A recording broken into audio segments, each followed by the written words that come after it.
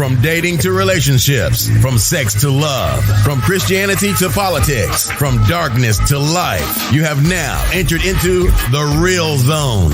Welcome to Conversations with Trent, where no topic of conversation is safe from discussion. Now, here he is, Mr. Epic himself, Trent Williams.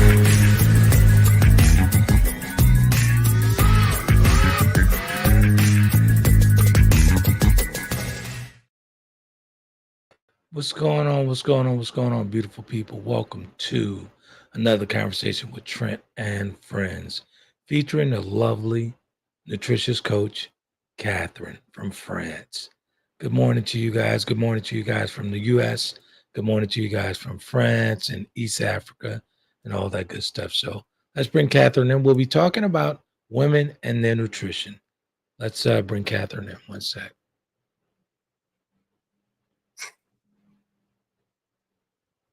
Hey. Hi. Good morning. Good morning. Good afternoon. Good evening. Good afternoon. Good afternoon. How are you today? Perfectly good. Perfect. Good. I love to hear that. Good stuff. Good stuff. So what's going on in your neck of the woods? I beg your pardon? What's going on in your neck of the woods? Everything is okay. Okay, good stuff. Yeah. How's What your about week? you? What about you? Everything's good. Everything's real good. I can't complain. Can't call it, might spoil it. So everything's good. Everything is perfect. Everything's fine. Good stuff. How's the weather over there? Today it's a bit cloudy. Likely because it has been so hot. So the temperatures are going down, which is really good. We appreciate it. Yeah, it's been rainy over here, so Okay, yeah. that's good. Looking forward to it. I always say we have a lot of crops in the field and it's raining. Yeah, looking forward to fall. So yeah, good stuff, man. What do you like in fall? What do you like about it? I just love it. To me, it's more peaceful. You know, as far as when I think of cold weather, I think of peace. It's more peaceful and it's more quiet. So I love fall. It's always been my favorite. Wow. I agree with you about the noise because there being summertime, people are screaming all over. One more time. Summertime, yeah. Yeah. But when it comes to I got you. Yeah, I do, but it's what can I say? The summer I came to when I first arrived here, it's not the same summer that I'm experiencing today. Right. It's more, today's summer is tiring. It's hot. It's hot, real exhausting, very hot. Yeah, it's really exhausting. Well, here in New Orleans, opposed to France, summer, the sun it feels like it'd be outside, right outside my door. It's just gets very hot in New Orleans. Very hot. Yeah. Wow. The humidity is horrible. I don't like summer at all. We're getting to that point. And the worst thing here is the France, and I think also most of the European countries, they have the buildings have been built for warmer seasons, for cold. So we don't have these ventilations when the sun is really hot. So we live like in static places in the houses. We can, for example, in my house, actually, we don't cook during summer. We cook very few times. Gotcha. So it's because we don't have any way of evacuating the heat. Okay, good stuff. So women in nutrition, where'd you come up with this topic? Wow. I think it's someone who asked me the question sometimes some months ago. And I thought it was a good question that we can bring forward to people, to our audience, and discuss this question about women. Because sometimes we look at people, and especially when we are dealing with kids, girls. My daughter is 11, and we see that when they get to adolescent, they don't need the same food as, they don't require the same food as the way the boys are eating. And this also impacts the woman who is in reproduction period. And also when you go to menopause, you don't have the same needs. Okay. And when we are living in a family, when we are a couple, there is a man and a woman, and sometimes we are just eating. We always, most of the time, the women prioritize others, so we cook more for the others and eat a little, and we might just eat what the man is eating. And if man just needs to eat a high caloric diet, we end up eating that much. And when we are growing fat, we don't understand that we are not going to use that fat the same way as the man is going to use them. That fat is going to affect us through hormones and all that. So it's really important for women to have this consciousness that when we are eating, if I eat a pizza and you eat a pizza, that pizza might not, it's not going to affect me the same way it's going to affect you. Okay. Yeah. Be it metabolically or be it might be affecting the hormones and all that. And then now I'm just talking about one pizza, it's not going to create a great deal. But when we are eating our diet composed of certain types of food regularly, it's going to affect the way our hormones are going to work and how we are going to grow. How am I going to grow old? Okay. Okay. All right. I got you. I got you. So what's the difference as far as opposed to a male in nutrition, like the things that you guys should, like women, when I say you guys, meaning women, should be focusing on as far as consuming? Okay. Let's take, for example, the need of calories. Okay. Men are mostly in most societies, men are taller, they are built up. Women are short and they are much bigger, apart from when they get to a certain age where they become bigger. But naturally, men are taller than women and they are built than women, so they need more calories. That's why, for example, everywhere those who follow look for their calories, they hear that man might need 2,000 to 3,000 calories, where a woman would need from 1,600 to 2,000 calories. Why that difference? I didn't know that. So you need more calories, or do I? No, you do need more calories than I do. Because because of the body mass, the body composition. Because you are a man, you're when I say huge, you're big, you're tall, you have a lot of muscles, where Yeah. the woman is small and mostly lean. Okay. I get it. Yeah. Oh yeah. So from the calorie wise, the women will need less calories than the men. Okay. Right. Okay. And that's where we come to look at the point where when I am eating my 1,600 calories and you're eating your 2,000, I'm taking the minimum if that's so. I must include my nutrition. Like I need more nutrients in this food because when you look at yourself, you have up to 3,000 calories where you can eat a lot of food, so you Right. can eat a lot of nutrients. While women, if I just keep my nutrients to the same nutrition to you and I'm eating less calories, then I won't have a lot of nutrients. Oh, Does it make sense? Does it make makes sense? sense. Okay. Yeah. So when women are eating, they should look more into adding more nutrients into their diet because the calories are less, whereas the man can meet those nutrition in the high caloric diet. That doesn't mean that if you eat the whole bowl of pasta and you get, or you're eating your 3,000 calories from a pasta, it's going to help. It's not going to help neither man nor woman. You know what I'm Okay. saying? But when we are talking of eating diet variety or varieties of food, the woman needs to really concentrate on eating foods that nutrition that is really going to help her to build up her body and sustain her, because woman's body is more affected by hormones, and so hormones are more affected by diet as well.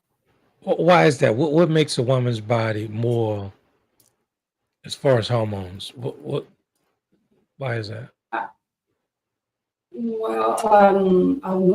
can't tell you that why, but it's built that way. Like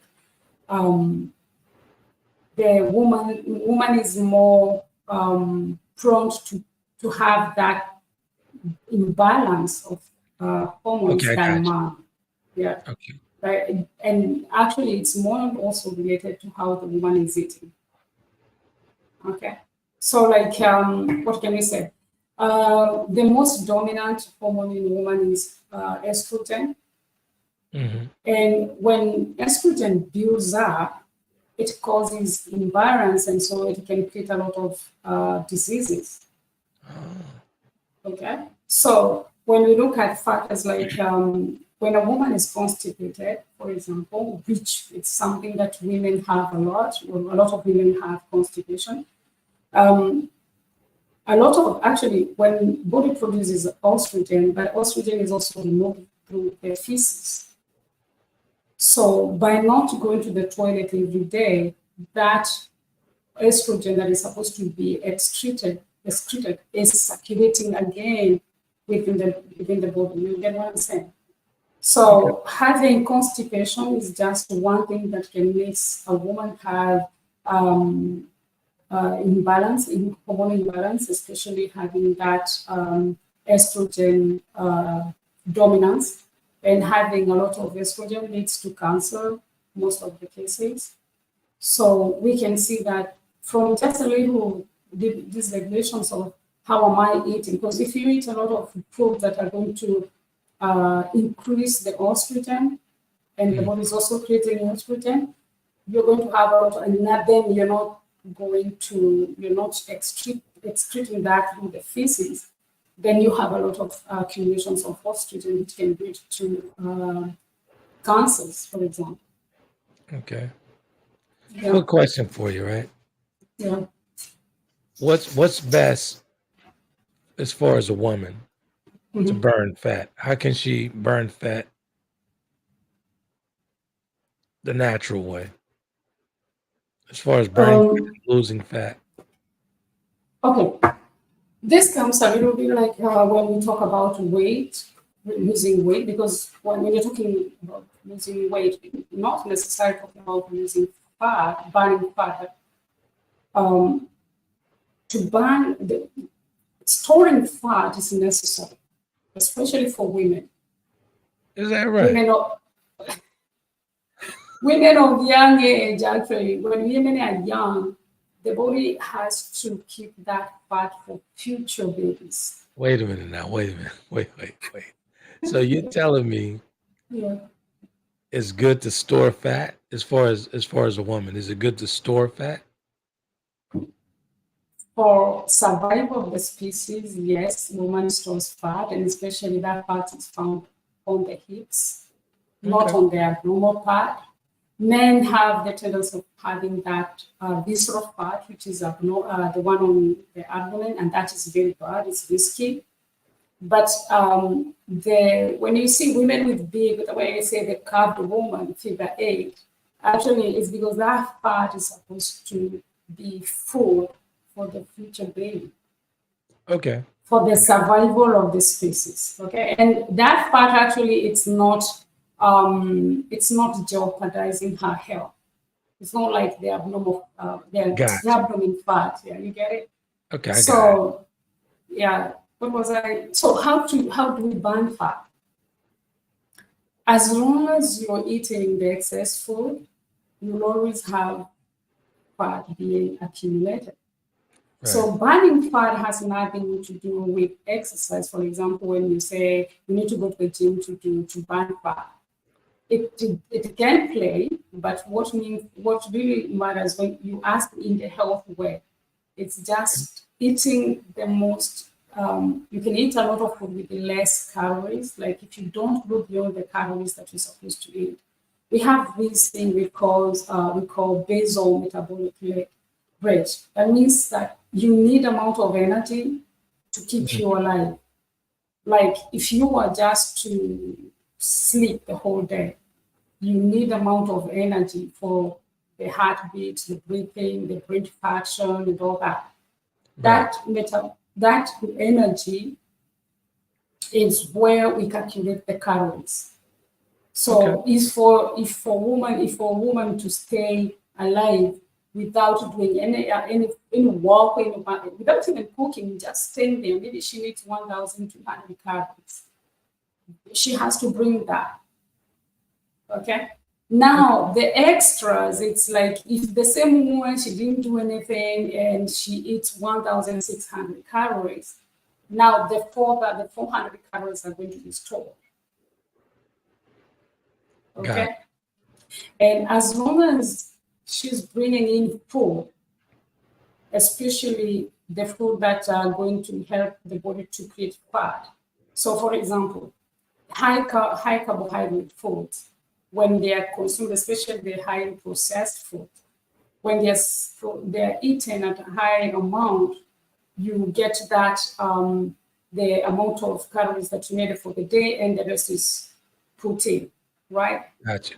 So if we know that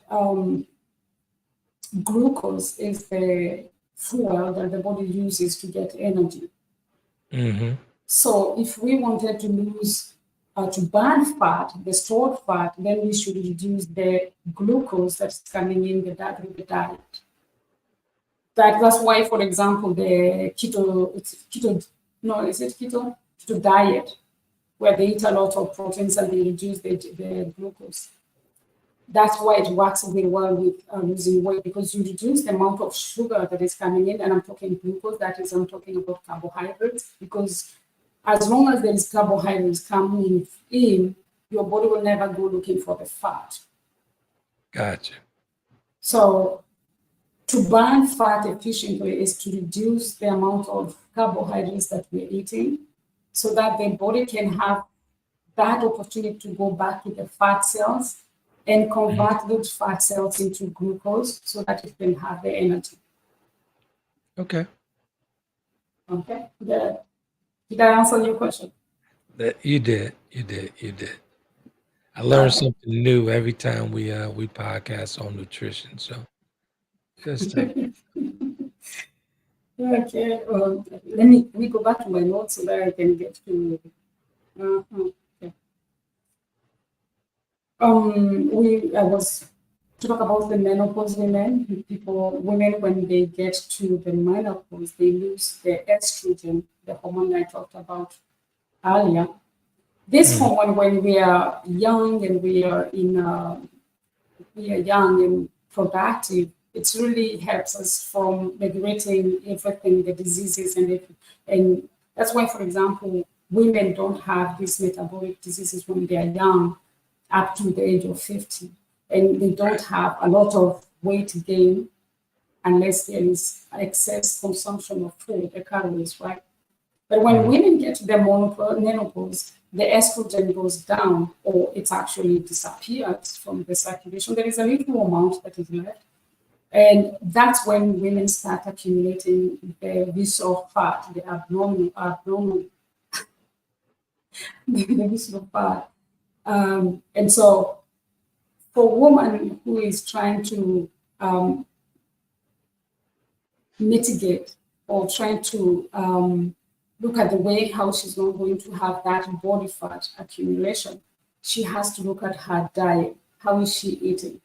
Because now that the estrogen is not there, it's not going to protect her. So having foods that are having, for example, a plant-based diet where you don't have a lot of carbohydrates that are going to be stored, or reducing amount of fat that is eaten in a diet, can help to not have that visceral fat, because visceral fat is really dangerous for everyone, both sexes, because it's the fat that accumulates next to the organs, and yeah, it's the one that actually causes that we have these heart diseases, diabetes, and obesity. So basically, what you're saying is, as far as fat, there's some type of balance that has to be in play Yeah, for you to, to alleviate the risk yeah, of heart disease and anything with the organs. yeah, for sure, for sure. Okay. Yeah. Uh, what else that sorry. I lost my minutes. So we talked about the body composition, and uh, there is also this fact that men loses weight faster than women. So Isn't it's that like, right? yeah. It's, so while a woman is trying to lose 10 kilos or maybe even 2 kilos, she'll take longer time to lose that weight. Whereas Right. a man is going to metabolize very fast because actually, as we said again, men are made by muscles more than fat, where women have more fat than men. Muscles uses a lot of energy. So when you're eating your food, most of the energy is going to the muscles. Right. Whereas, well, since the woman doesn't have a lot of muscles, she's going to have that accumulation of fat. And so even if she's doing the same exercises as a man, she's not going to lose as fast the weight as the man is doing. Okay. Ladies, So, you hear that, ladies? Do you hear that? so yeah, that's why when we get to a point from 30, from that is when we start losing our body mass. And so muscles I'm talking about. I don't know why I'm like lost. So when we get to 30, from the age of 30, women start losing their lean muscles. And so we need to increase the exercises and also increase the protein so that we can build the muscles so that we don't just have the fat that is building up. Gotcha. I got a personal question for you. Um, for the left side, with the paralyzation, how do I build muscle up in the left side or just build muscle, period, as far as consuming anything that will strengthen the muscles and get it going again? Because, There is as no you know, way left side weak here. you can increase the amount of proteins, but actually what really builds muscles, they are exercises. Like lifting weights, those are the ones that are going to give you enough muscles. You need to eat enough proteins, but you also need to have that thing that you're really working on, lifting muscles. Anything that is challenging your muscles, you're going to build muscles fast. Right. Now, I understand from your point where you have this disability where you can't use both hands, but maybe try to see from the gym what they can help you with. I know, but that goes much into the neuroscience where they say that you can affect your brain can affect the way you're working on one hand, and it can go on the other hand. Like you really Right. have to concentrate on it. I remember listening to a podcast from neuroscientists, and they were saying they asked men who were about 70 to do nothing. They weren't doing sports, but they were just supposed to focus as if they were doing sports. Right. Like they would think about the sports they liked, like if you're a runner or whatever. And just by thinking about it and visualizing yourself as if you're doing it, they actually build muscles, lean muscles. Okay. Now, that will not be into being, like muscle builder, but at least the brain affects. So if you want to go to the gym and at the same time, when you're doing your muscles with one the able hand and the other one can do it, but you visualize as if you're doing the both, working with the both arms, Right. could help you to build the muscles on the other side. Okay. It's something that we try to see if it can work for you.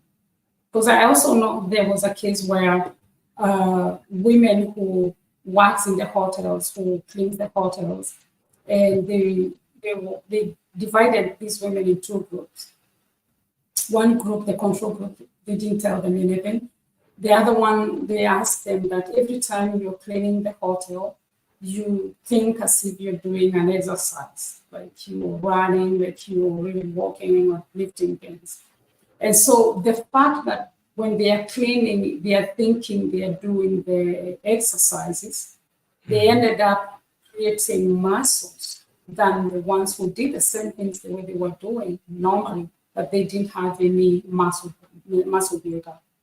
So it's actually a question of sometimes just thinking, visualizing yourself like you're doing something, and you let the brain is going to do that. I tried that on Friday. I'll let you know how it works out. Good. Now, women need some special nutrition for when it comes to the different genders.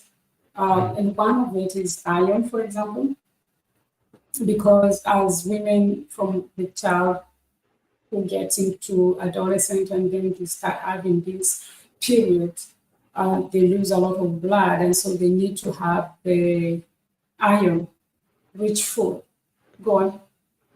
Now, what's the benefits? I have a friend of mine who's suffering with low iron. What's the benefits to kind of increasing that iron in her system? Iron is the one that makes the blood cell, the red blood cells. It also helps. I didn't hear you. Iron is the one that makes the red blood cells. Right. And it helps transporting the oxygen. So, for example, someone who is low in oxygen will always be feeling fatigue because there is, what did I say? Someone who is low in iron will feel fatigue because there's less oxygen going into the cells. So my question is, what can she do to increase the iron in her body as far as nutrition? What can she eat? Yeah, that's the point I was talking at. It's like for women who are taking animal products, they can go into liver because liver is high in iron.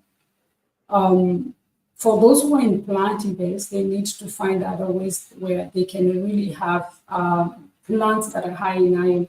For myself, I used to be diagnosed with anemia.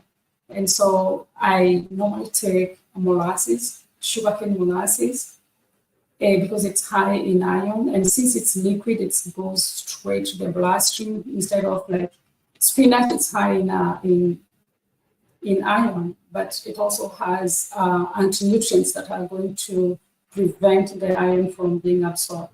So the other thing is adding lemon or anything that have vitamin C into the food so that the vitamin C can help with the absorption of iron. So you said lemon?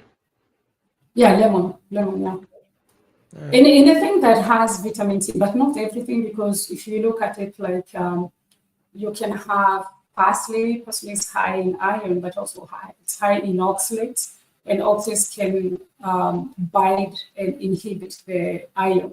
So it's really, and this is something that I really get to disagree with a lot of people when they say you need to go to plant diet, because plant diet, you really have to know how to play around with food.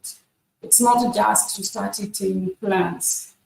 Okay. Because you need to know where is your iron coming from, where is your vitamin B12 is coming from, and which plants are inhibiting and which plants are helping you to absorb. Like, for example, I say vitamin C is going to help absorb iron, but the plant has anti-nutrients that are going to reduce that absorption. That's why you always have to have that vitamin C. And for example, we can talk of tomatoes.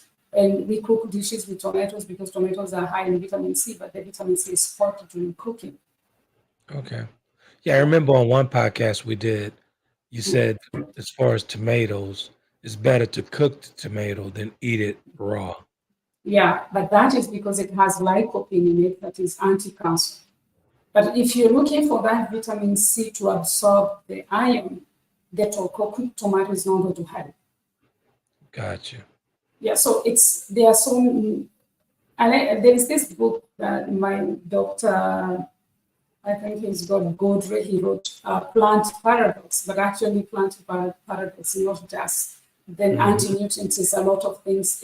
There are a lot of things that interplays. So yeah, for the iron, for those who are who are having periods, they need to have more iron. This is not the case with men because men, they don't undergo that process in life. So that's women need to have that. Women who also have the young women and also women in the reproductive ages, they need to have folate. Folate is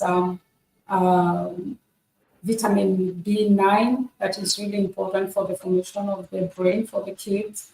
So women who are giving birth have to look at that. Okay. And you said B9? Yeah, B9 is also called folate. Okay. What else? It's proteins. We come to the proteins. But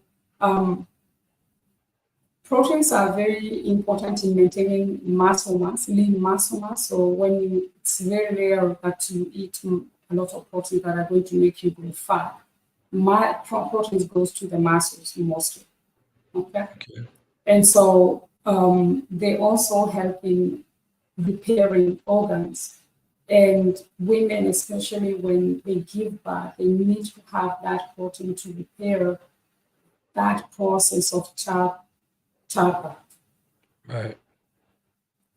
The proteins also helps to balance hormones. So not having the adequate protein can be a problem. And here comes again the thing for plant-based. We can throw in you can forget proteins everywhere. Like as long as you're eating a lot of protein, a lot of varieties of foods. So when you eat meat, you have all amino acids that are required for the body to. I think the 9 essential amino acids that are required in the body. When we come to essential, that means the body can't make them, but it needs them. They're essential. They're necessary, and they have to come through diet. So someone who is eating meat, they have that and those amino acids. But when we go to people who are eating plants only, they have to have varieties of plants because just a few plants will have all amino acids. So we have to have a combination of different plants so that we can build up those amino acids. Gotcha. Yeah. The other thing, it would be the fat, for example, as a nutrient, because fat really helps with creating the hormones. And so when someone is in low fat or someone who is eating high fat diet, they're both going to have different effects. So you say what you're saying is in some cases fat is good. It's not in some cases. Fat is necessary. Okay. Fat is the one that really makes us feel warm. It protects us from the cold. It also insulates the organs. Otherwise, the organs will be jumping up and down in the body like that. It's also essential for hormones, for creating hormones. Okay. So the fat is important. It's essential, especially omega-3s, for example. They're essential for the brain health. We have science also shows that omega-3, they help with anti-inflammation. They also prevent having cardiovascular diseases. And so having fat is essential, but then we have to look at what fats are we looking at. We're talking about healthy fats.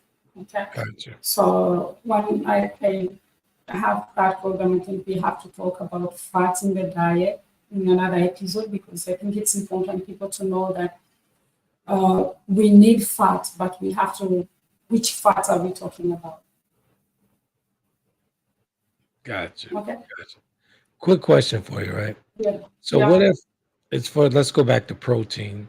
So if, I do the protein shakes and whatnot. So if I don't want to do the protein shakes, Mhm. what do I substitute with the protein shakes to get that protein? Me personally. You're on a carnivore diet, right?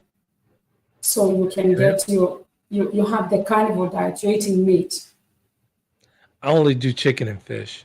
Yeah. so you're getting your meat from chicken and you're getting meat from the fish. Okay. Now, why do you take proteins, for example?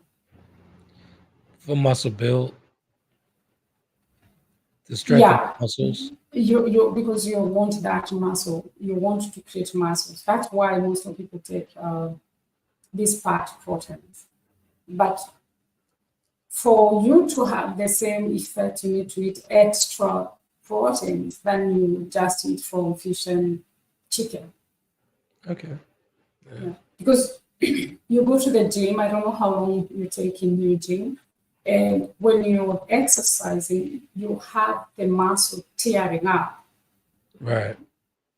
and proteins are taken to heal those tears.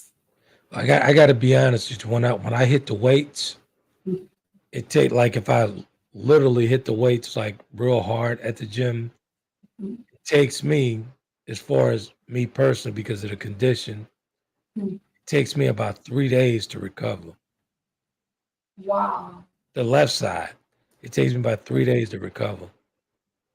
That means that when you're working a lot, that there is a lot of tears, and you really need those proteins to go and repair, because people don't understand this, but the proteins are there to help healing fast. Like we know, for example, if you go for an operation, proteins are going to be the best to help you heal that wound, Right. because they are made of amino acids, and our bodies, the tissues are made of those amino acids. So having proteins when you do sports, you're not just there. They're not for fun. They're there to build back the muscles that have been tearing up. Exactly. I'll give you an example. Yeah. I don't think I told you about this, because you probably Mhm. fussing at me if I told you what happened to me.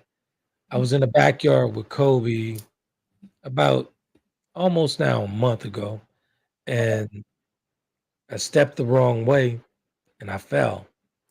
And Oh, I'm sorry. fell on my injured side, right?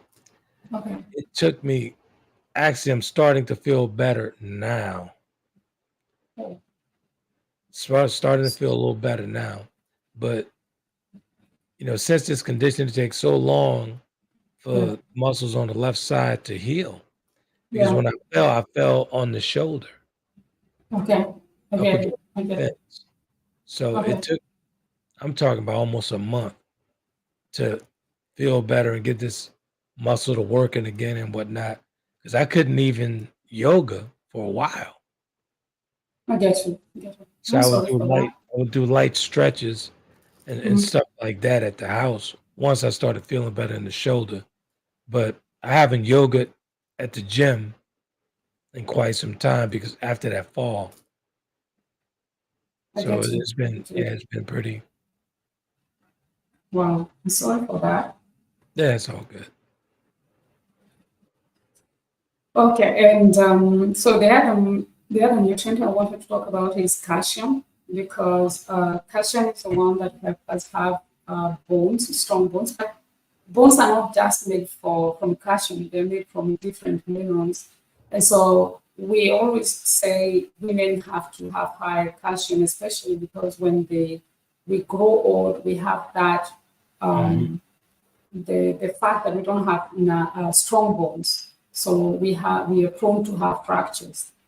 So increasing the amount of calcium that one is taking, but also increasing other minerals like magnesium and also vitamin D, Vitamin D is another nutrient that women need to look at because vitamin D is the one that helps to fix calcium into the bones. Okay. So those are nutrients that women need to look at. And that it all goes to women who also bearing kids because they have to create strong bones and strong teeth. So calcium, magnesium, and vitamin D are very important for women throughout the ages, but especially those who are childbearing and those who are going through the menopause. Right. Yeah. Gotcha. But there's this also like women have to increase the vitamin D, especially when they get to the menopause, because when they start having this fat building up, it reduces the absorption of vitamin D. So it's essential. What can they do to increase the vitamin D? Exposure to the sun, for example, but if you can't have that sun exposure, it's just having your supplements.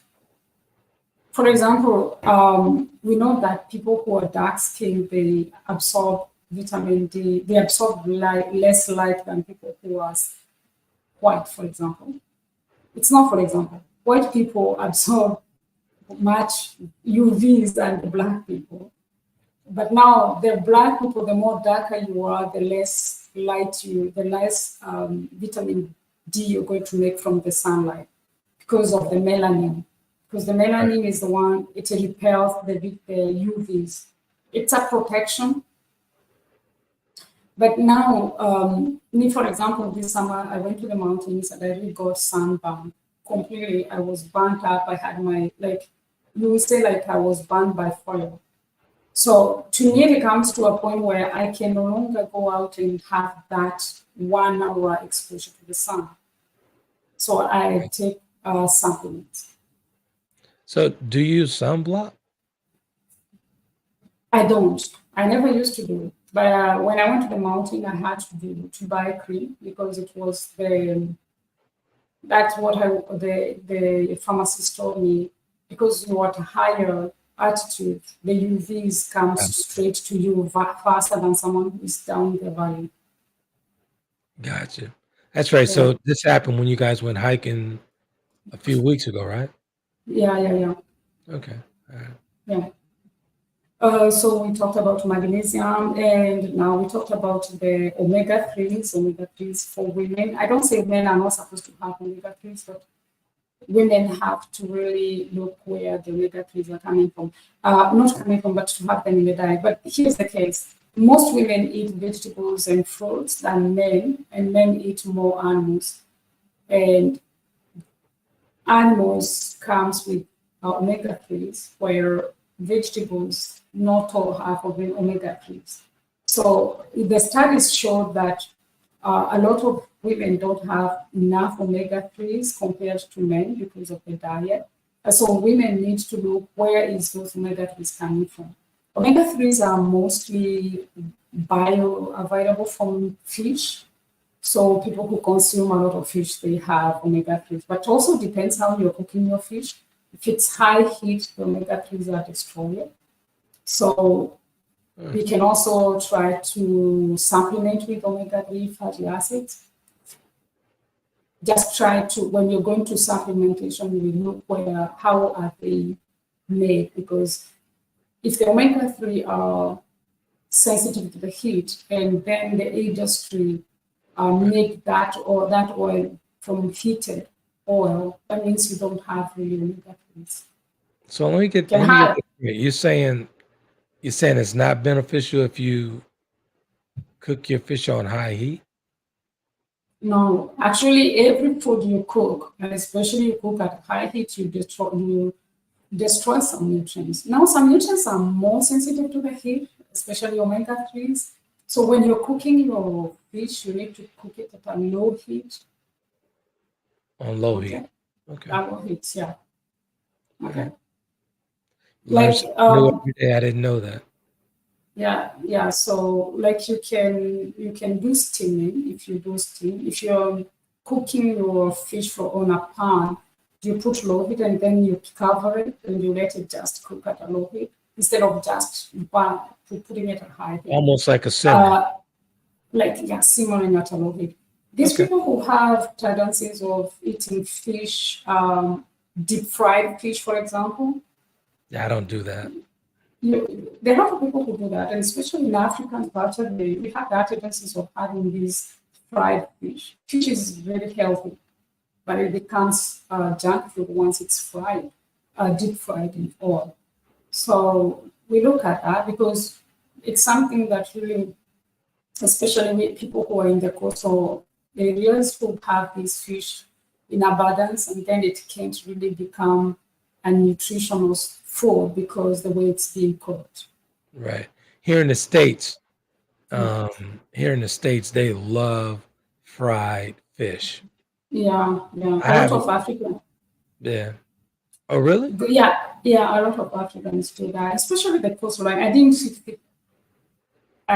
eat fish when I was a small kid, but I know that those people who live in the coastal of East Africa and those who are next to the big lakes, they had fish, and you could just smell the roasted the fried fish.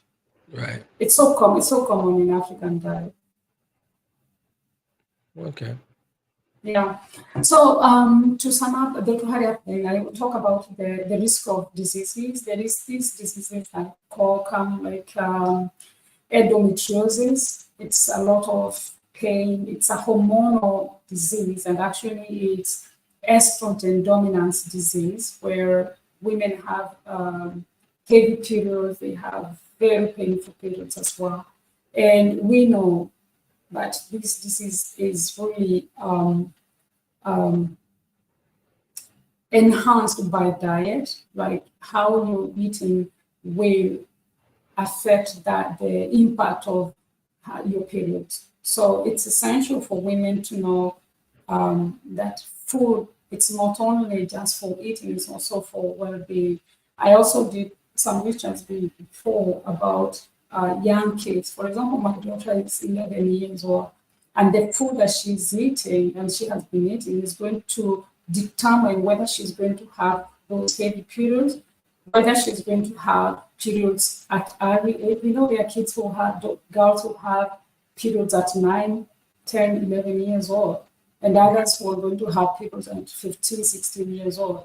And all these factors, even if there are some environmental factors, diet really makes it up. So for a kid who doesn't have enough nutrients, for example, is going to have not going to have periods before late age, because all these things is the kid who have bad diet might have early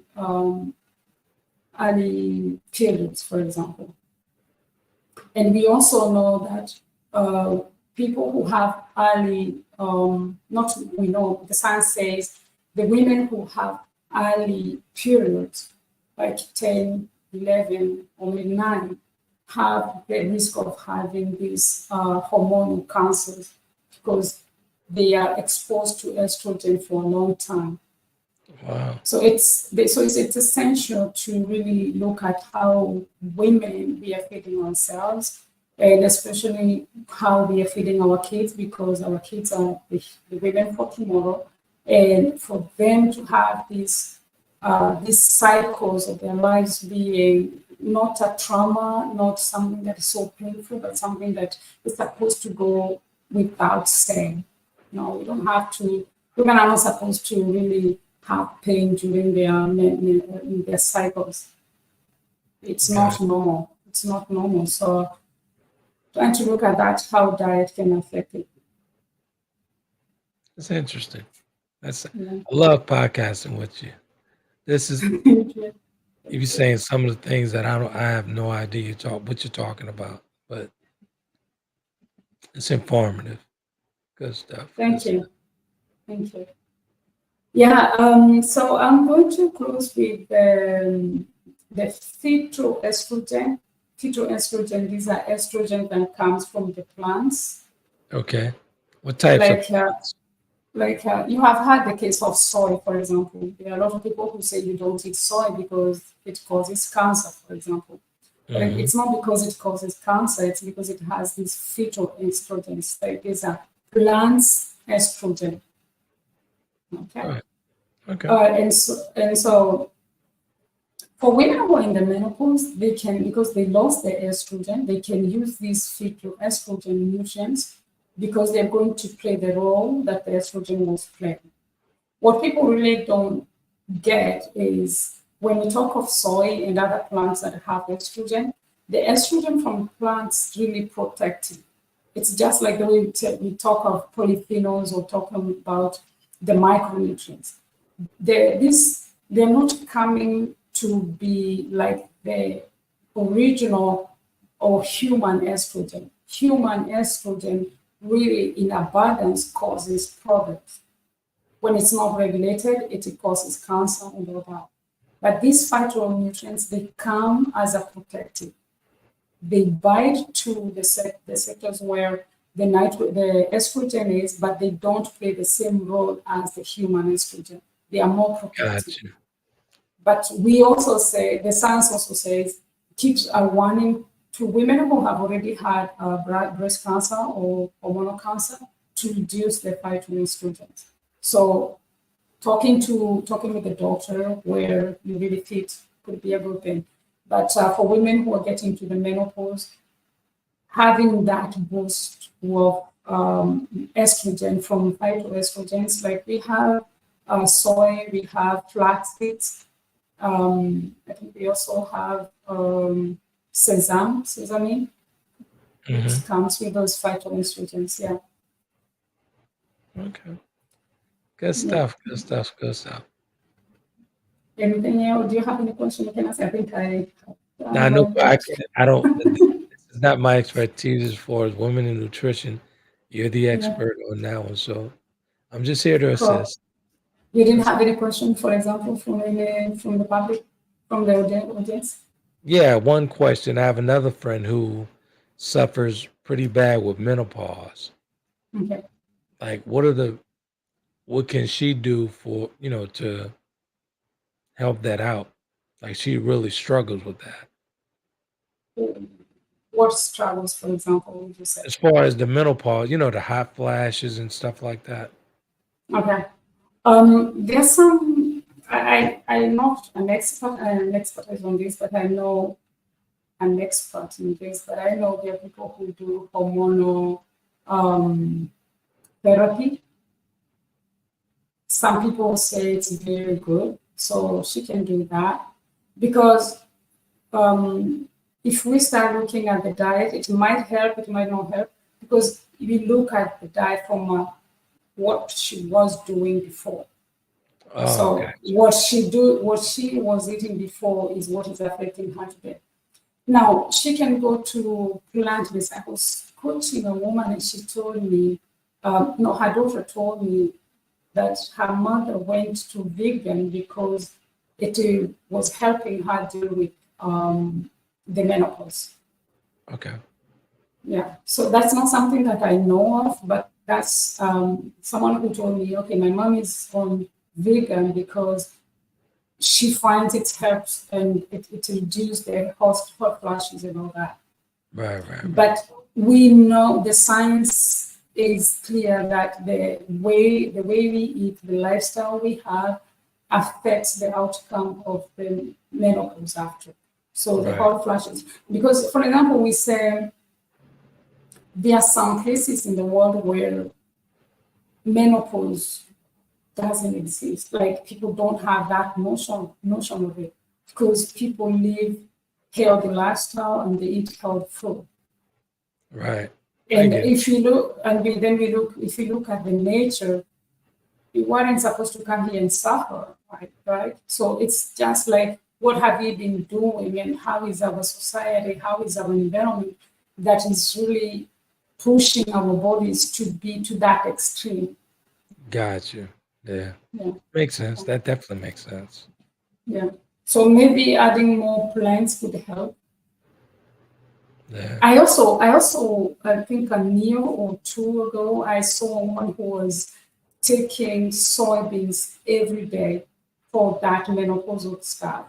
Is that right? And yeah, and it's really helped her to deal with the hormones, that absence of estrogen.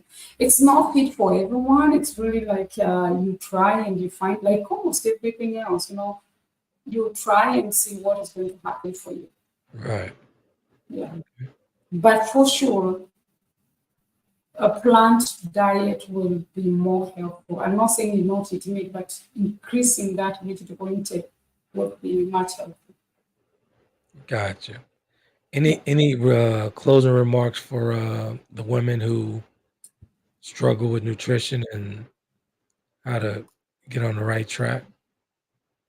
But I offer coaching, one-on-one coaching, and so if someone is suffering with struggling with food and wants to know how to go around it, you can contact me through foodandpill.com. Good stuff. Good stuff. Good stuff. What about the your book?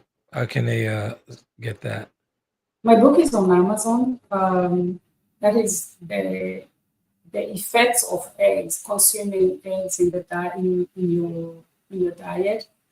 So the book answers the question: are eggs healthy? Are they really healthy? Because there are a lot of people who say eggs are the most nutrition food that you can eat.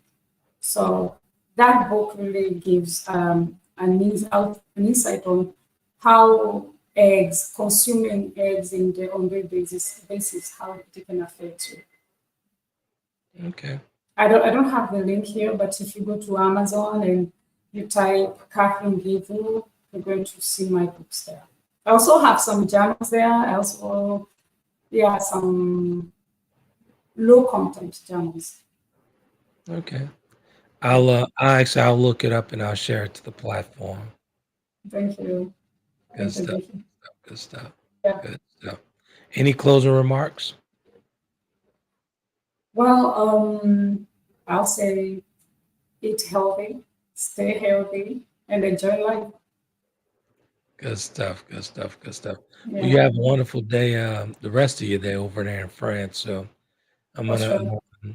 get some cardio in and get to walking a little bit. So it's Okay, my you off, too have a nice, beautiful day. Sorry? it's my off day from the gym, and I normally get some Okay. cardio in. So I'm gonna do some little walking with Kobe. So good stuff, man. Real good That's good. stuff. That's good. That's good.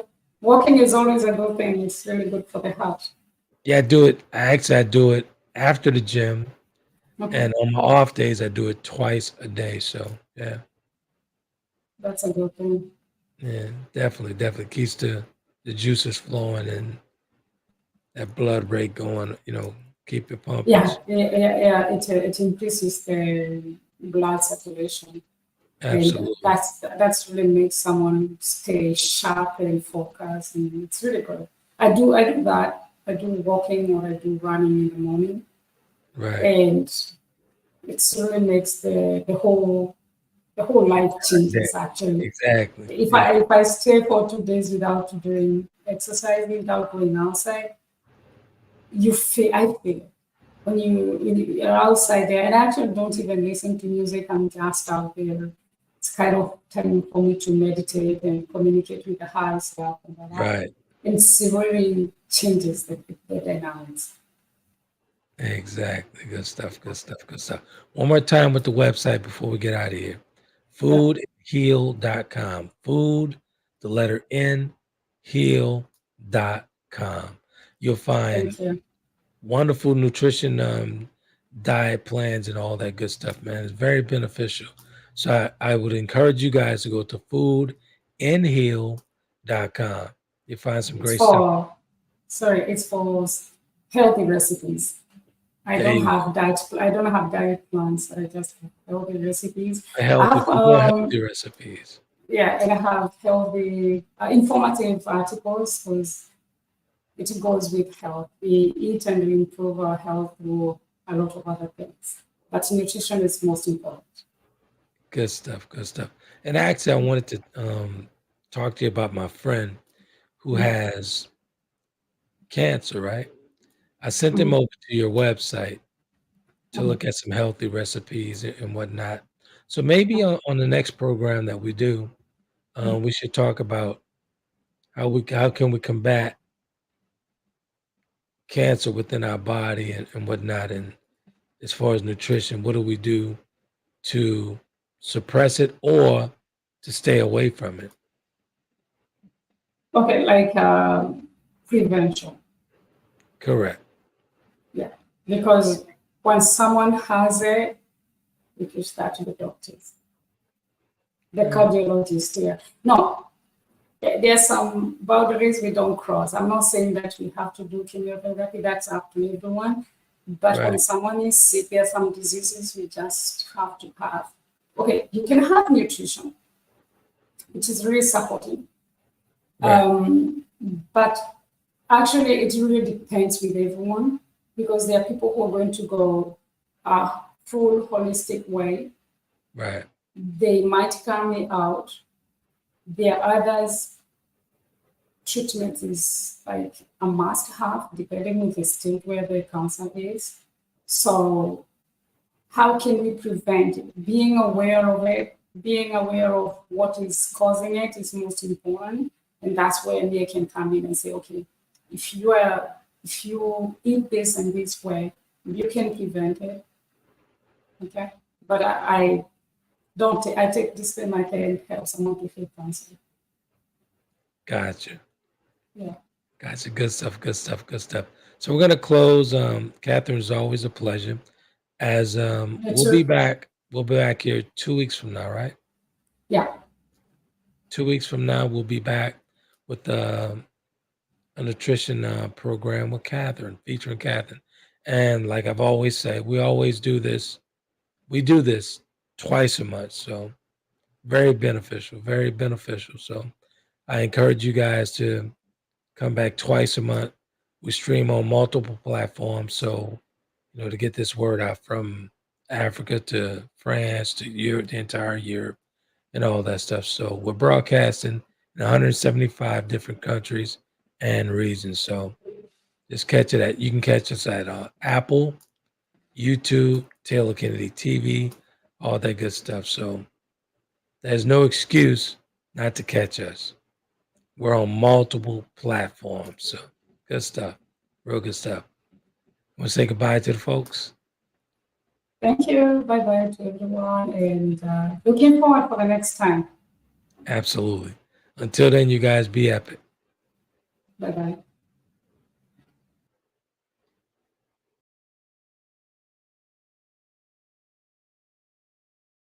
Conversations with Trent in conjunction with Taylor Kennedy Media and your radio network would like to thank you for calling in and listening to tonight's episode. We hope that tonight's conversation offended you just enough to turn your mirror inward to come back for more. So until next week's conversation, be epic.